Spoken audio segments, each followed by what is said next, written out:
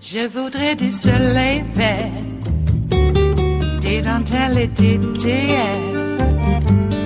des photos de bord de mer, dans mon jardin d'hiver.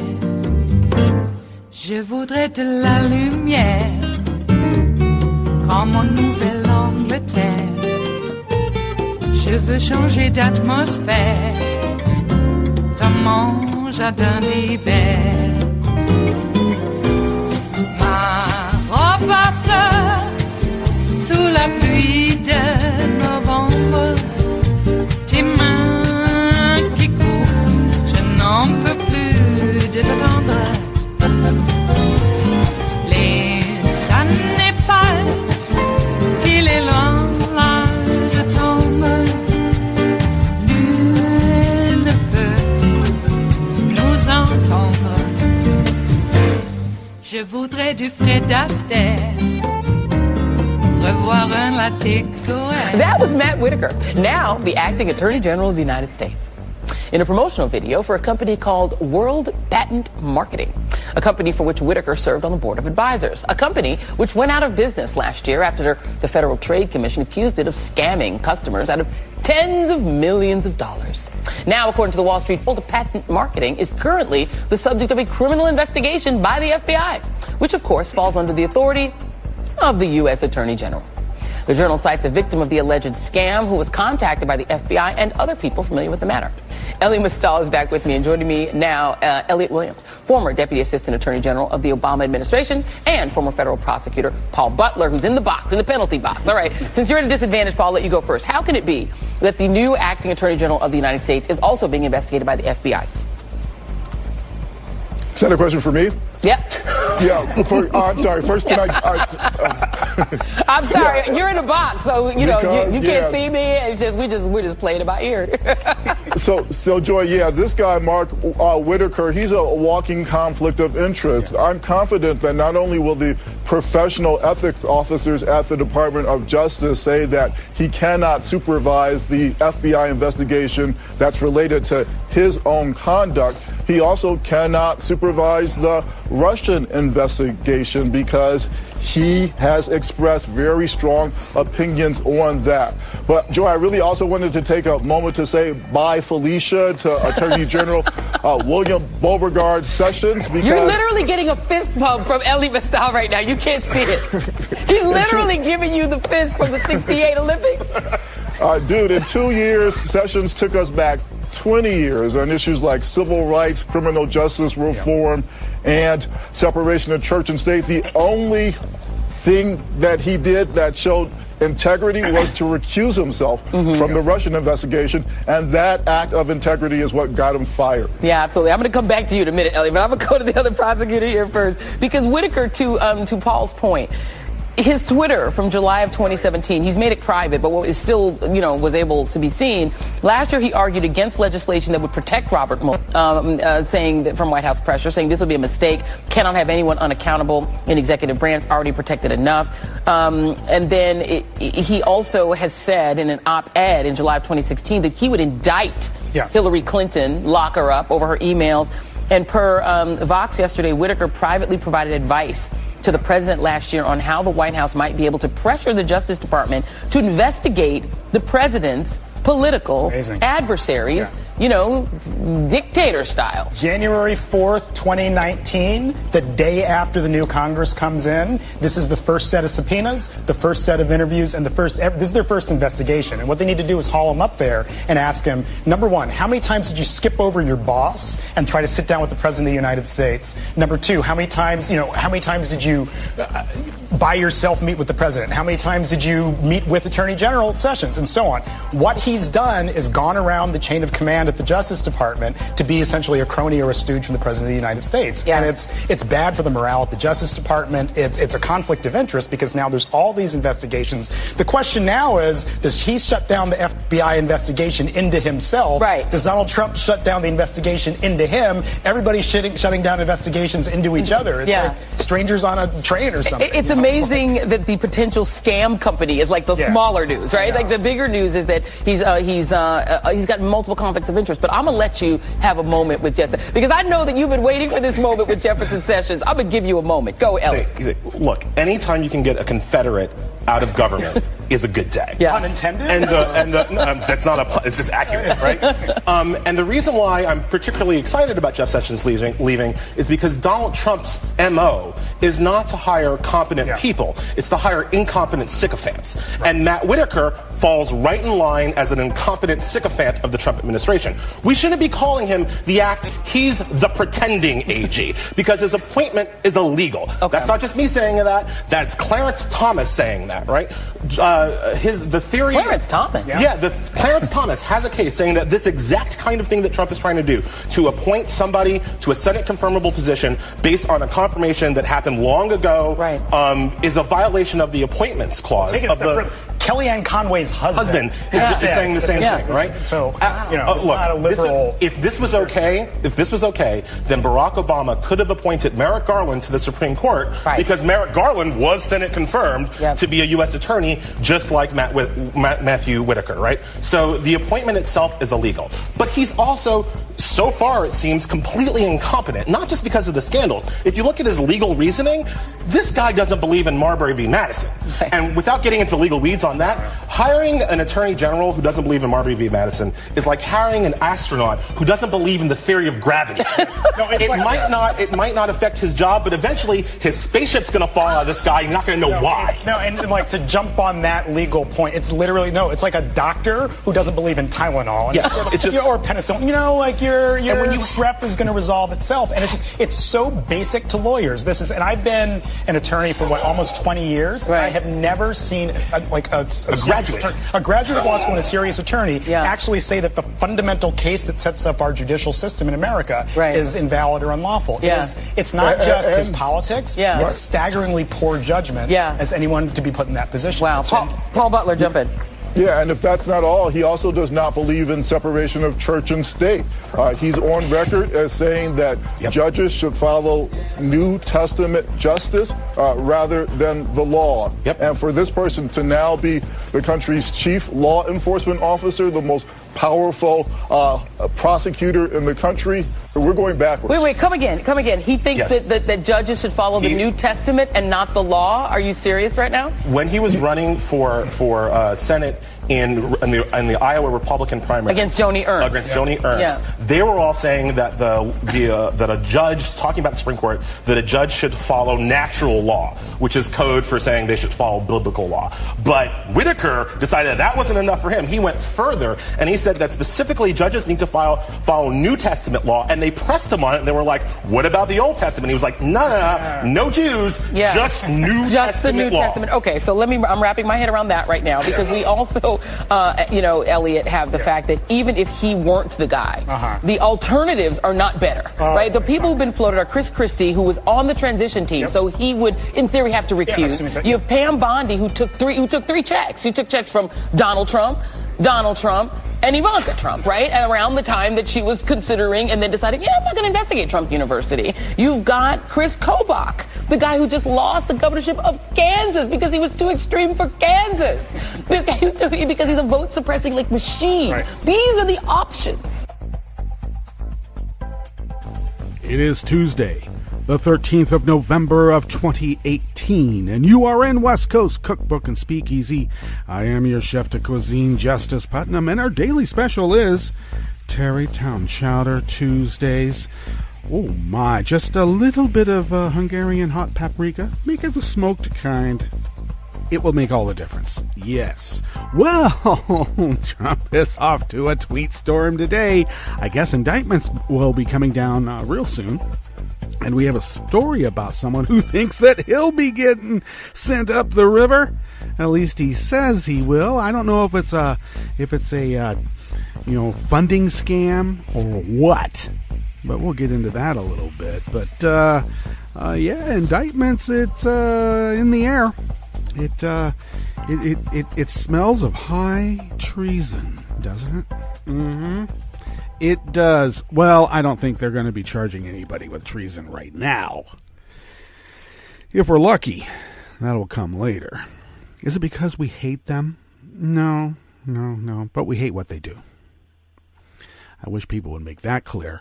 Hey, did you know that there's a bunch of illegal voting up in the Republican-controlled counties in the panhandle of Florida? Yeah, somehow, under the auspices of the hurricane and, storms, those people were allowed to vote illegally by email and fax. But, there's nobody camped out from the networks in front of those polling and ballot counting places. Why is that? Armando's the one sounding the alarm. Well, you would think somebody would say, that seems untoward, especially since it is illegal to vote by email and fax. Not or, and fax. Well, if you used either or. Will those votes get kicked out? Will they have to inspect them for intent? Yeah. Okay. Well, we'll see how that works out, and we already know how it will. Counting all the votes is prejudicial to the Republicans stealing the election. The Supreme Court has already ruled on that. It's not fair to the Republicans because it keeps them from stealing the election. I just love how shocked they look, too. They think that they cheated so well, and when we win, they think we cheated better. No, what we had to do is just slam dunk, and even that's not enough sometimes. Most of the times, actually, it's not enough. Slam dunk the opponent? Oh, no, sorry. You had 36 million more votes than us. Too bad you only get one seat instead of the 12 or 15 that would have come naturally from those numbers. But we overcame their cheating in a lot of places. And I'm still trying to figure out why it's not a blue wave. I mean, it doesn't have to be a tsunami. That's what everybody was expecting us to do. That's what they kept saying had to be done. If it wasn't a tsunami, well, I think that we had a pretty good flood surge there. Storm surge, just rolling and irrevocably up into the land. Okay, well, enough of those images. What else is on the menu today here? Because we had a particularly longer intro there. That was, of course, Joyanne Reed and panel saying, "Bye, Felicia," to Jeff Sessions. It's okay. Even though this Whitaker guy is completely illegally installed, too, it's still okay to say, "Bye, Felicia." And they did. But that was a particularly long tape, but I needed to get it in. It was even longer. I could have gone even longer, but that was the gist of it. And so, on the rest of the menu in the Bistro Cafe of West Coast Cookbook and Speakeasy, Tarrytown Chowder Tuesdays, Trump blew off Veterans Day while his campaign hawked vet-themed swag. Jerome Corsi says he's just a swiftboat trip up the river from prison. At least that's what he's saying. He's a lying liar. And the GOP's reaction to the 2018 midterms is an attempted power grab by a would-be authoritarian movement. Well, I don't know if it's so much an attempt. It's an actual... I think that they've done quite a bit already, even before the 2018 midterms. After the break, we move to the chef's table, where France will embed regulators at Facebook to combat hate speech. We're not talking like, putting in the Weekly Standard to shut up Think Progress or any supposed liberal publication. Yeah, we're not talking that. This is actually the first time that Facebook has allowed this to happen. And Trump is separating military families for Thanksgiving because the regular army is shoveling horse manure for the Border Patrol. That's how he respects the troops. All that and more on West Coast Cookbook and Speakeasy. Bon appetit.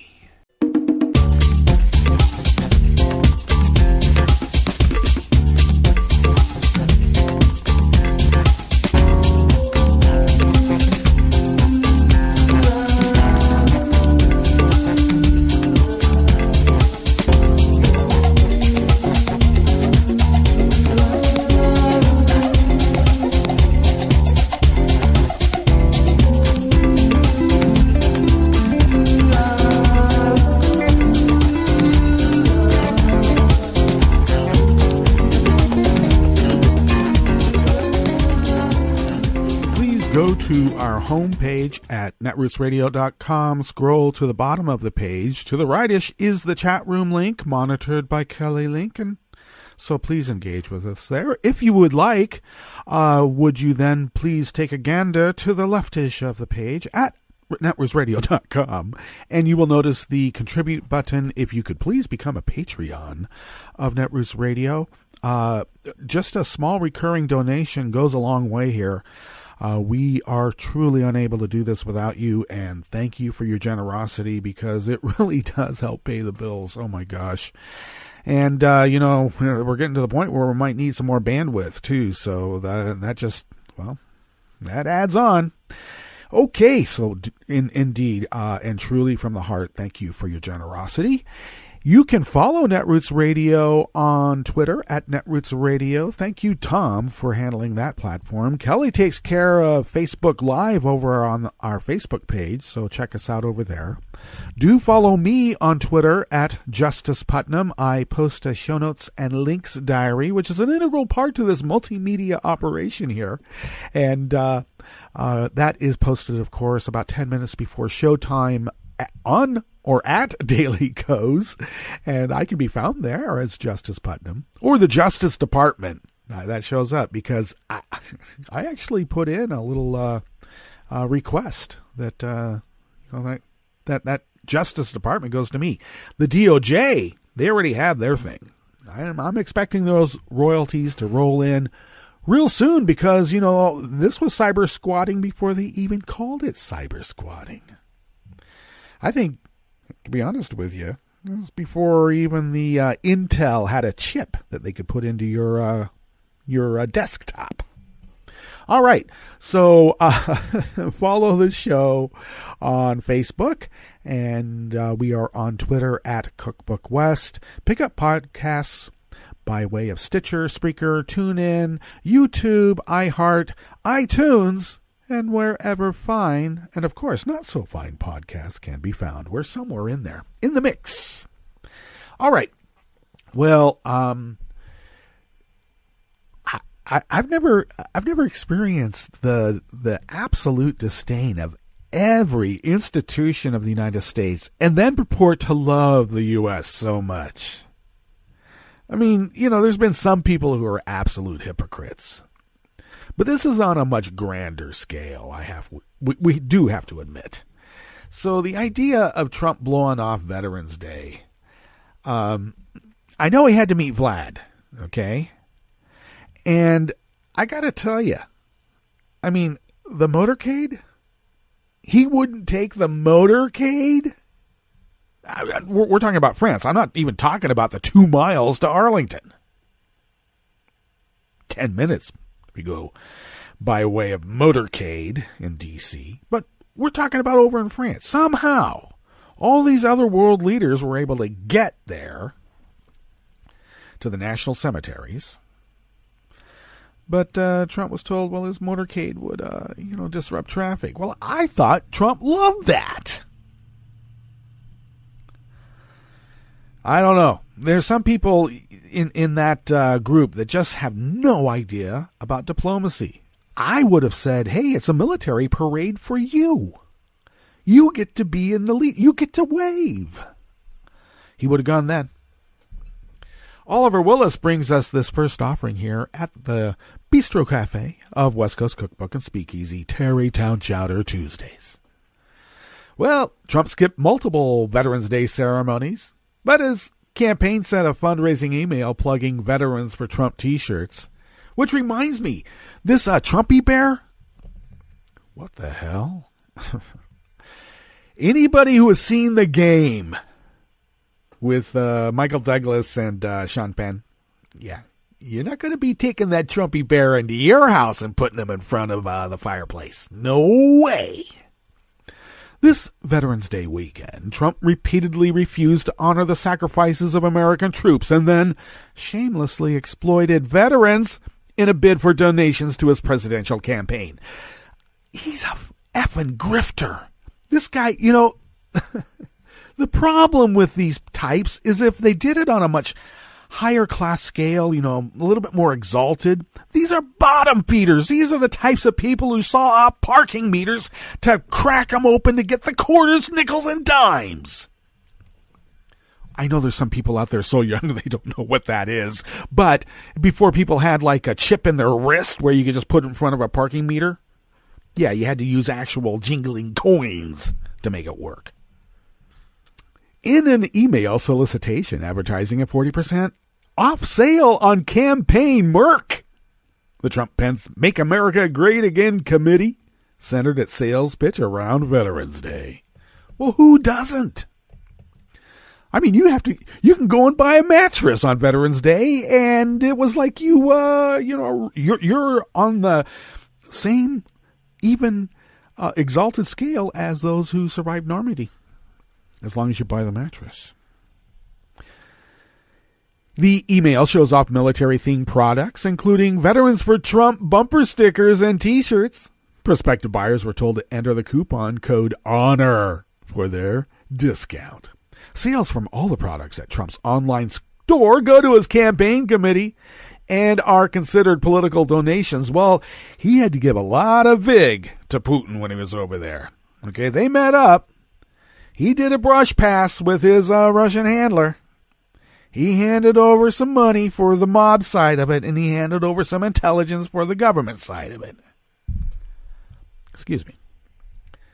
Yet, at the same time as his campaign was using veterans as a fundraising tactic, the White House was letting reporters know that Trump would not appear at Arlington National Cemetery to commemorate Veterans Day. 2 miles from the White House to Arlington. Even in my decrepit state from all my sports injuries, in which I still require some knee replacements, I know it's been taking a while, I could walk that in less than an hour. 2 miles? Give me a break. I don't even need a walker or a cane. I can do that. But he can't take a motorcade that would even take 10 minutes. Okay, maybe he didn't want to be served with the indictment at Arlington. And as long as he stays inside, he's got a buffer of Secret Service types. So would you say, no, you can't do that here? Barack Obama spoke at Arlington multiple times on Veterans Day, as did W. Bush. Bill Clinton attended the event every year of his 8-year presidency. But this year, the White House called a lid on presidential activities for Veterans Day at the early hour of 10 a.m., meaning Trump had no intention of leaving the White House for the rest of the day. I think, look, Mueller was working. A dozen of his staff, prosecutors and investigators were working also. Michael Cohen was seen going in to have some sort of meeting with law enforcement types on the federal level. Something is afoot.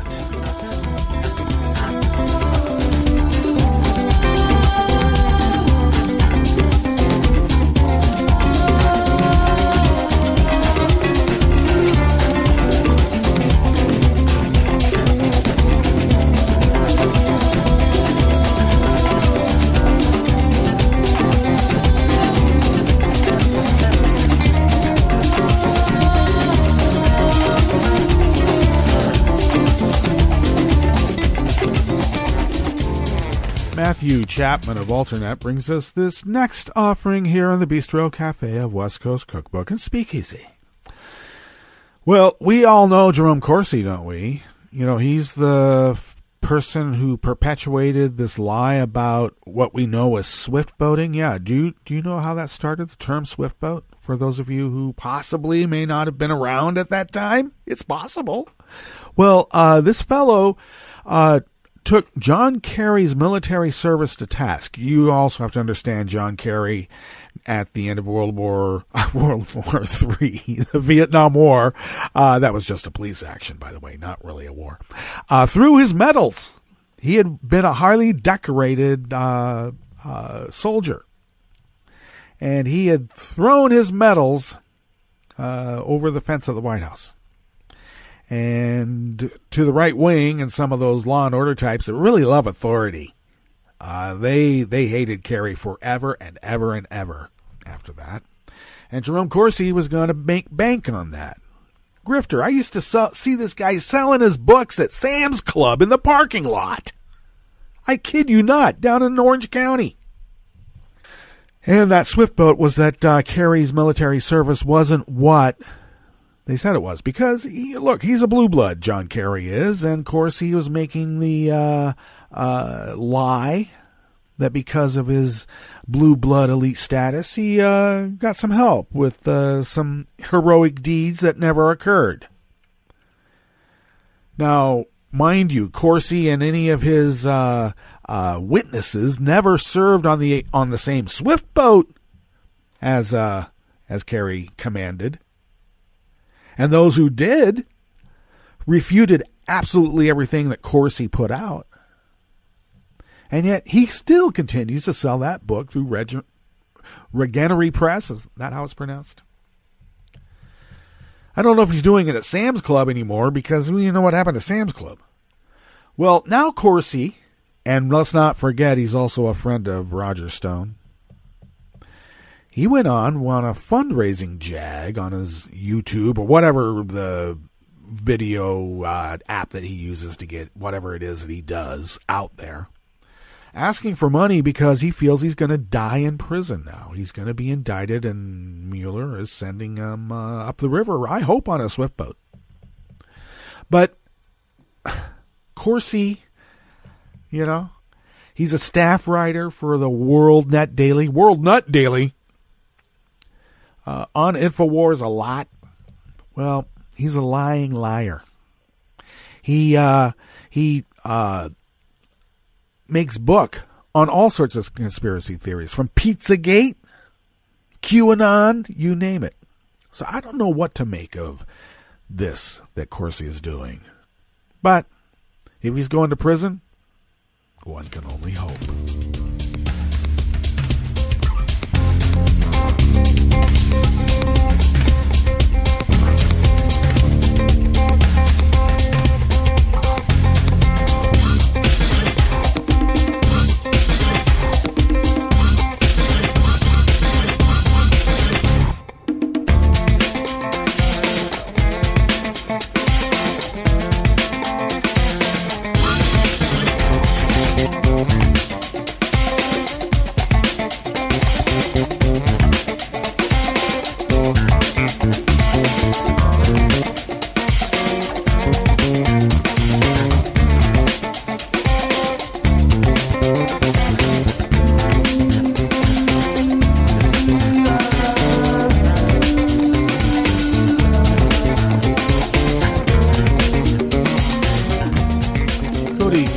Of Alternate brings us this final offering here at the Bistro Cafe of West Coast Cookbook and Speakeasy, Tarrytown Chowder Tuesdays. We're going to go just a tad into our break period, but that's okay because it is, after all, Tarrytown Chowder Tuesdays.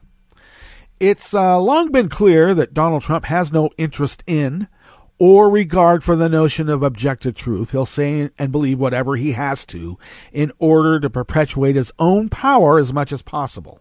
And as Paul Krugman argued in a new op-ed for the New York Times yesterday, the events surrounding the 2018 midterms show just how far the Republican Party will take its license to invent a new distorted reality whenever it is convenient. I will jump the gun here a little bit, and Krugman also acknowledges, as I think most of us have acknowledged, this is nothing new. This is what the Republican Party has been doing for a very long time. The attempt by Trump and his party to shut down the legally mandated Florida recount with claims based on no evidence of large-scale voting fraud fits right into this partisan epistemology, writes Krugman. Do Republicans really believe that there were vast numbers of fraudulent or forged ballots? Even asking that question is a category error. They don't really believe anything, except that they should get what they want. Well, yeah, we've been talking about that for a long time. They're gimmitarians. This effort to secure political power by appeals to nonsense conspiracy theories is an attempted power grab by a would-be authoritarian movement, Krugman said, and it poses an existential threat to American democracy. Even in Arizona, he noted, where Democrat Kyrsten Sinema was officially declared the winner of the open Senate seat Monday night, the state GOP has filed a Freedom of Information Act requesting any connections between election officials and Covenant George Soros. Despite reports that the GOP leadership wanted her to stay in and fight the result, Republican Martha McSally conceded the race instead, but even in this case, Krugman's point is only reinforced. McSally is likely to be appointed to McCain's seat, after John Kyle gets kicked to the curb, sooner than he probably expects. So whenever it's politically convenient, Republicans can acknowledge that there's no voter fraud to contest. But whenever there might be political advantage to obtain, they're happy to engage in conspiracy mongering with no basis in fact. And that's made abundantly clear in what's happening in, say, Miami-Dade and Broward counties and what's happening up in the Panhandle. There's no news about emailed and faxed ballots. But we got a lot of news about, there might be some illegal ballots being counted before even the recount. Well, those military ballots came in too late, but they're postmarked like 2 weeks before the end. Not too bad. Well, let's get to our break then. And when we come back, we'll go through weather from around the world. And we will indeed finish up with stories that we have curated for you today. You are listening to West Coast Cookbook and Speakeasy. And we will be right back. You are listening to netrootsradio.com. Please hang up and try again.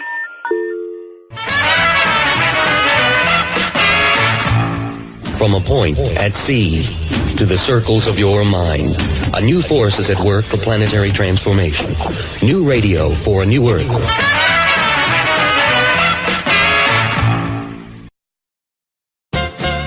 In June, our immigrant-bashing president ordered an end to his own warped policy of forcibly tearing terrified migrant children from the arms of their asylum-seeking parents.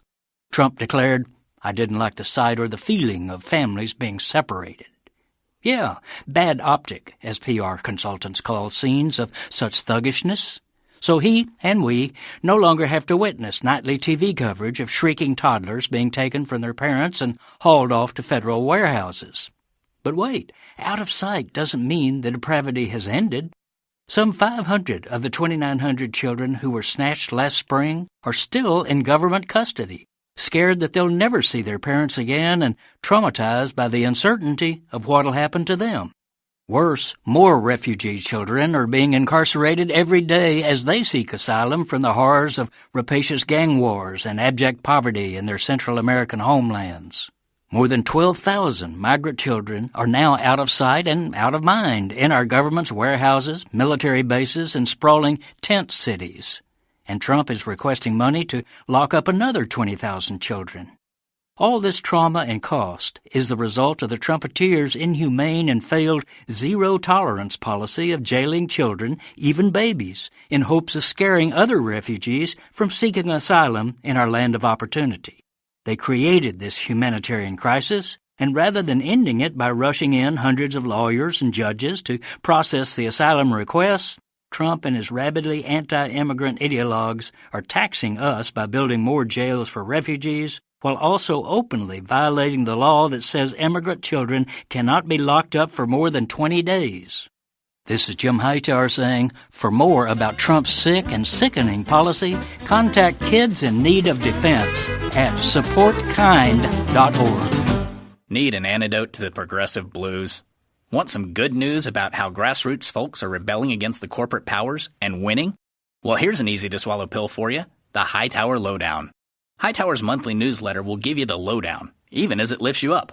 It's 4 pages a month, jam-packed with facts you can use, actions you can take, and Jim's own Texas humor, all for only $15 a year. To become a lowdowner, go to hightowerlowdown.org.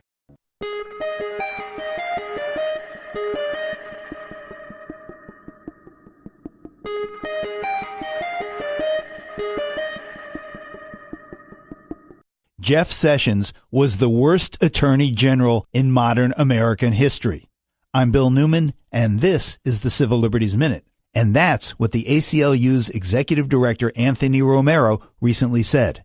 Romero went on to say that Sessions was, quote, an egregious violator of civil rights and civil liberties, who plotted to deport dreamers, to discriminate against trans people, to perpetuate and expand senseless enforcement of racist drug laws, to use religion to discriminate against LGBTQ people, to undermine reproductive rights, to abandon protections for women subjected to violence. There's more to this list, but our time is limited. Romero then continued, quote, the dismissal of the nation's top law enforcement official is a huge step that should not be based on political motives or done to protect the president or his cronies from the law. While the Constitution grants the president the authority to dismiss his cabinet members, the Senate must demand that any nominee for attorney general commit to not interfere in the special counsel's investigation, end quote. Indeed, the Senate must make that demand and stand by it. No flim-flam, no capitulation, nothing less. That is because today, right now, we are engaged in a fight for the rule of law, a fight that we must win because our constitutional system is at stake. The Civil Liberties Minute is made possible by the ACLU because freedom can't protect itself. I read the news today, oh boy. It's time for Nicole Sandler's What's News from NicoleSandler.com and the Progressive Voices Network. At least 42 people are dead and 228 are still missing in the Camp Fire raging in Northern California, which is now officially the deadliest in state history. It's also the most destructive, having destroyed at least 6,500 homes. The death toll could still rise even further. You know, the sheriff up there has asked for more search and rescue teams to come in tomorrow, cadaver dogs to try and find more people. And, you know, part of the reason why this fire was so devastating is it's been whipped by these Santa Ana winds that come off the deserts this time of year, and the flames just moved so quickly. People died in their homes, people died in their cars trying to escape. Now, we are down in Malibu, the so-called Woolsey fire. 2 people dead so far down here, 370 structures. But the winds up north have died down. The winds down here are going to keep on blowing through Tuesday, some places into Wednesday. It's going to be Friday before we really get a turn. Trump approved a major disaster declaration for California, unlocking funds and other federal resources to help the tens of thousands of people affected by the wildfires. He tweeted, wanted to respond quickly in order to alleviate some of the incredible suffering going on. I am with you all the way. That's a change in tune from Sunday, Veterans Day, when he tweeted blaming the fires on California's, quote, gross mismanagement of the forests. Mr. Compassion also decided he doesn't want to give Puerto Rico any more federal money for its Hurricane Maria recovery, claiming without evidence that the island's government is using federal disaster relief money to pay off debt. Trump has returned to the White House from his weekend jaunt to Paris, where he went to observe the 100th anniversary of the end of World War I. At the ceremony he did attend, Trump looked on as French President Emmanuel Macron slammed the concept of nationalism. As the very opposite of the selfishness of a nation which only looks after its own interests, because patriotism is the exact opposite of nationalism. nationalism is a betrayal of patriotism by saying, our interests first, who cares about the others? We erase what a nation holds dearest, what gives it life, what makes it great, and what is essential, its moral values. Trump skipped a commemoration at a cemetery 50 miles east of Paris because of rain. And although he was already back in Washington, he also decided not to go to Arlington National Cemetery on Veterans Day. President Trump traveled 3,800 miles to Paris for ceremonies marking the 100th anniversary, the end of World War I. But when he was expected at an American cemetery just 50 miles from Paris on Saturday, he was a no-show because it was raining. White House said his helicopter was grounded due to the weather, so rather than get there via motorcade, the president sat out the weather at the American ambassador's residence in Paris, while his chief of staff, John Kelly, and the chairman of the Joint Chiefs of Staff honored those fallen Americans. President Trump's failure to show up prompted widespread ridicule, from Winston Churchill's grandson calling it pathetic and inadequate, to the French army tweeting that rain is their Monday motivation.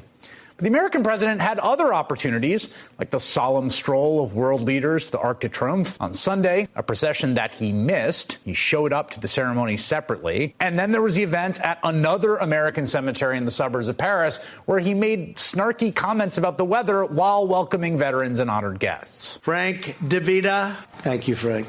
Thank you very much. You look so comfortable up there under shelter as we're getting drenched. You're very smart people.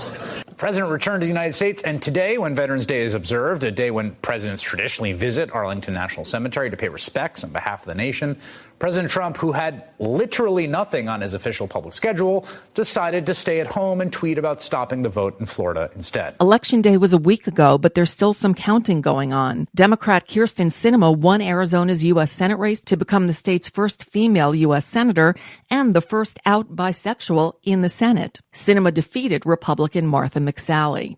Of course, Florida is ground zero for recounts. As leads held by Republican candidates in the Senate and governor races shrink, Trump called on Florida's election officials to end the recounts and declare the Republicans winners, suggesting without evidence that the counting was corrupt. The recount is underway, a huge undertaking. 8.5 million ballots spread over 67 counties, individually run through thousands of machines with the goal of checking the results first released on Saturday afternoon.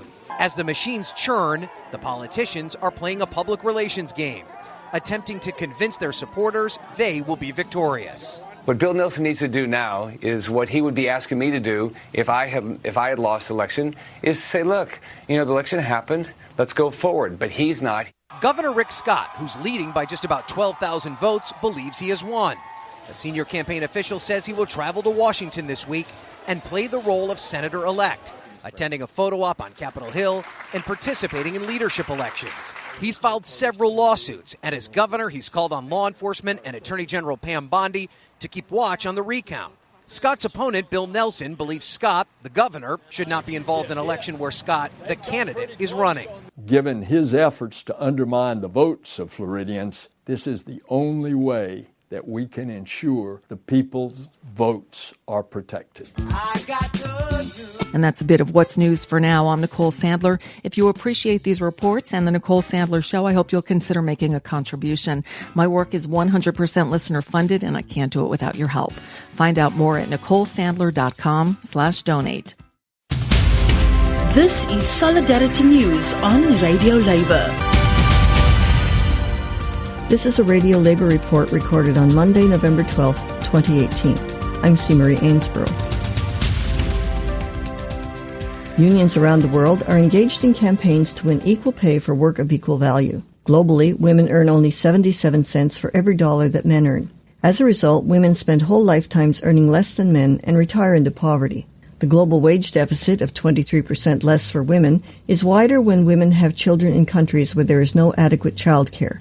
For example, in sub-Saharan Africa, the wage deficit for women with children is 31%. For women without children, it's 4%. The pay gap is why the United Nations has declared as one of its Sustainable Development Goals the achievement of equal pay for equal work by 2030. To attain the goal, the UN has initiated the Equal Pay International Coalition, EPIC. One of the partners in the coalition is the International Trade Union Confederation. The ITUC is the global body which represents national union centers such as the Ghana Trade Union Congress. Chidi King is the director of ITUC's Equality Department. In an interview with the UN's International Labour Organization, she was asked about the Equal Pay International Coalition, EPIC. I think EPIC is quite groundbreaking and seminal, and given that the role of the ITUC is to represent workers in the workplace, then our involvement in this is key.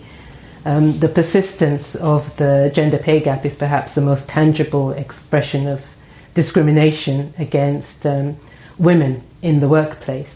And the fact that no country has yet managed to tackle this, the fact that as trade unions we still need to bring this to the fore in our collective bargaining agendas, means that being part of EPIC, of the Equal Pay International Coalition, can be extremely useful for us. Ms. King was asked what the ITUC is doing to support equal pay. The ITUC and our members, because it's really our members who do the heavy lifting on the ground, are working very hard in terms of informing, first of all, our membership about their right to equal pay for work of equal value. We're educating our members about the concept of equal pay for equal value, because it's still a concept that is very much misunderstood, what it means to value jobs performed by women in the same way that we would value equivalent jobs that are being performed by men is not always an easy concept to understand. We're engaging, of course, in social dialogue with employers to help them also understand how putting in place policies and practices that will promote gender equality, including equal pay for equal value, benefits the employer as well as, of course, the workforce, and contributes to sound industrial relations. We're pushing the issue up our collective bargaining agendas to ensure that it's part of the negotiations that trade unions are involved in, because all research continues to show that where there are unions in place, where there's collective bargaining on pay, then the gender pay gap tends to be narrower. And of course, we're working in terms of advocacy with governments to ensure that the right policies and laws are in place to encourage equal pay for work of equal value. And when we talk about policies, we talk about, of course, employment policies, but also social policy, including, for example, policies related to care and family responsibilities and balancing those with work. But we're also talking about macroeconomic policies, because this also goes to the heart of achieving pay equity or equal pay for work of equal value. Ms. King was asked what needs to be done to ensure equal pay for work of equal value. We need to do a lot more. As I already mentioned, making sure that this features, deliberately making sure that this features on collective bargaining agendas, because it's still too often missing, is one of the key things that workers' organizations can do.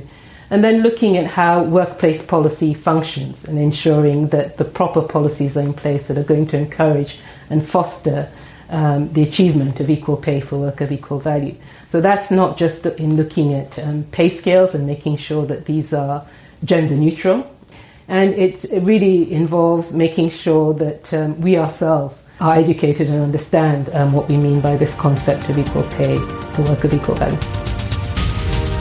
You can learn more about the Global Equal Pay Campaign by searching for Equal Pay International Coalition, EPIC. I'm C. Marie Ainsborough. Thank you for listening.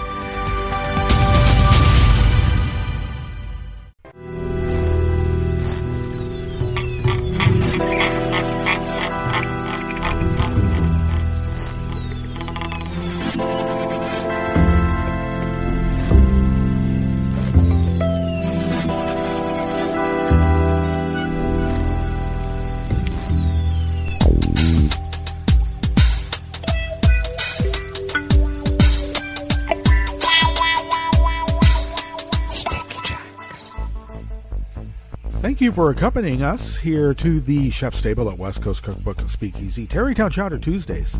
We always begin weather from around the world along the banks of the Rogue River in the Rogue River Valley of Southern Oregon on the west coast of the continental United States of America, where it is currently 28 degrees Fahrenheit. Winds are a negligible 1 mile per hour out of the southwest. Partly cloudy conditions should prevail for most of the day. No chance of rain, not for the foreseeable future. In fact, the rain that we had forecast for maybe a week and a half, it disappeared. Yeah, I told you. And looks like we will have much cooler conditions today. Should be in the low 60s, whereas yesterday we were probably up into, well, a little bit above mid-60s. I believe we were probably 66, 67 here at the mothership. But we will be down in the low 60s, upper 50s, overnight lows in the low 30s, upper 20s. And it looks like that's going to be the case for the next few days.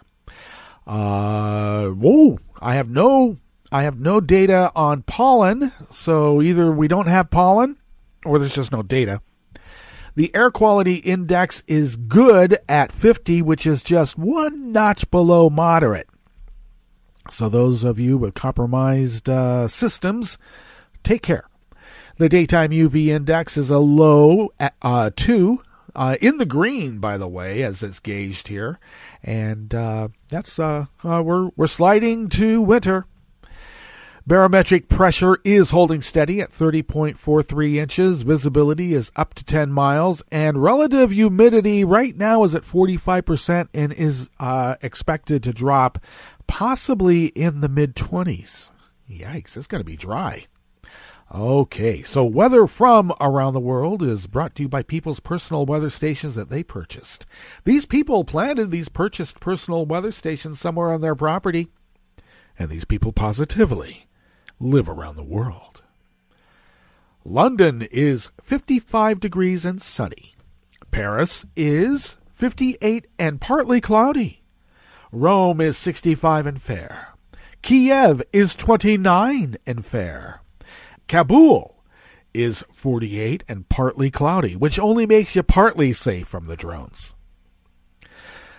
Hong Kong is 71 and partly cloudy. Tokyo is 55 and cloudy. Sydney, Australia is 66 and partly cloudy. San Francisco, California is 51 and partly cloudy. And New York is 47 degrees Fahrenheit. Cloudy, and you continue to have a small craft advisory with gusts possibly in the 30 to 50 mile per hour range. Do take care.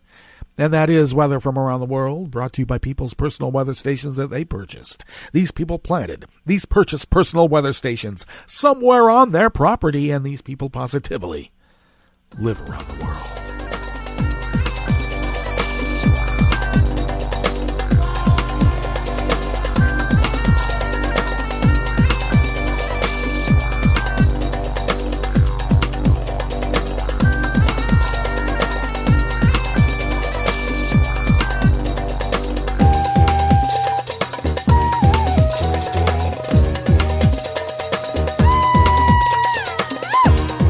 Mathieu Rosemont, Michel Rose, and Gwenelle Barsic of Reuters brings us this first offering here at the West Coast Cookbook and Speakeasy's Chef's Table on Tarrytown Chowder Tuesdays. Deadline Paris. Facebook will allow French regulators to embed inside the company to examine how it combats online hate speech, the first time the wary tech giant has opened its doors in such a way, President Emmanuel Macron said yesterday. From January, Macron's administration will send a small team of senior civil servants to the company for 6 months to verify Facebook's goodwill and determine whether its check on racist, sexist, or hate-fueled speech could be improved. It's a first, Macron told the annual Internet Governance Forum in Paris. I'm delighted by this very innovative experimental approach, he said. It's an experiment, but a very important first step in my view. The trial project is an example of what Macron has called smart regulation, something he wants to extend to other tech leaders such as Google, Apple, and Amazon. They're probably just going to say, yeah, but the EMT part, the electromagnetic pulse, it'll disrupt the ions in my brain. I'll get cancers from this smart regulation. You know they're going to say that. The move follows a meeting with Facebook's founder, Mark Zuckerberg, when Macron invited the CEOs of some of the biggest tech firms to Paris in May, telling them they should work for the common good. And they all looked at each other and said, are you kidding me? We're trying to steal each other's secrets. And sometimes we have. It's unclear whether the group will have access to highly sensitive material such as Facebook's algorithms or codes to remove hate speech. It could travel to Facebook's European headquarters in Dublin or its global base in Menlo Park, California, if necessary. The best way to ensure that any regulation is smart and works for people is by governments, regulators, and businesses working together to learn from each other and explore ideas. Nick Clegg, the former British Deputy Prime Minister, who is now head of Facebook's global affairs, said in a statement. Oh, that's how it works. France's use of embedded regulators is modeled on what happens in its banking and nuclear industries. Tech companies now have the choice between something that is smart but intrusive and regulation that is wicked and plain stupid, French officials said.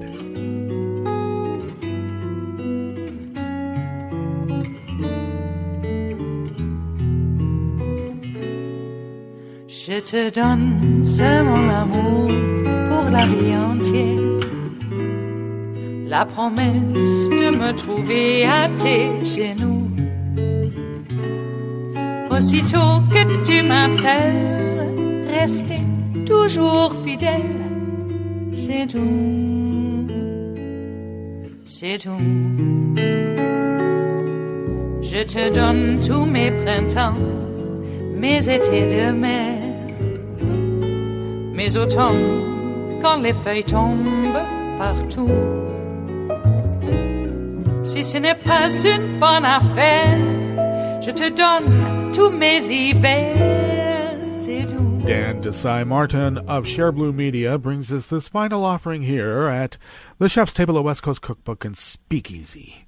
Trump's desire to separate families continues, this time forcing members of the military to miss Thanksgiving with their families in order to shovel horse manure miles away from the U.S.-Mexico border. Before the 2018 midterm election, Trump repeatedly attacked a group of refugees slowly making their way through Mexico. I call them the millions of microscopic caravan migrants and refugees, by the way. Millions and millions of microscopic migrants. They're the scariest. And Trump did everything he could to give the impression that this group was a threat, seemingly lacking faith in America's ability to deal with impoverished refugees in a compassionate and strong manner. He even decided to spend hundreds of millions of taxpayer dollars to send thousands of troops to the border. Those troops, sent away from their families, are now shoveling horse manure, which is a nice way of putting it, folks, and performing menial tasks far away from the actual border. I think that Trump is happy because he loves his SA Gestapo border patrol. He loves ICE. He loves these Teutonic constructs of the old days. The regular army he shits on. This is exactly what he wants. And on the other hand, they're out of the way. It was the regular army that said, no, you can't have your military parade. And you know how Trump fights back. Yes, we do. Okay, that brings us to the end of our broadcast period for the day. But you know that Netroots Radio is going to broadcast on with all that breaking news as it breaks. We will meet up with you tomorrow for Smothered Benedict Wednesdays, and it's not anti-Catholic. Au contraire. I once went to seminary school, albeit ever so briefly. So let's meet up tomorrow, but do stay tuned for all the breaking news as it breaks on Netroots Radio. And we'll visit with you right here tomorrow in West Coast Cookbook and Speakeasy. Bon appetit.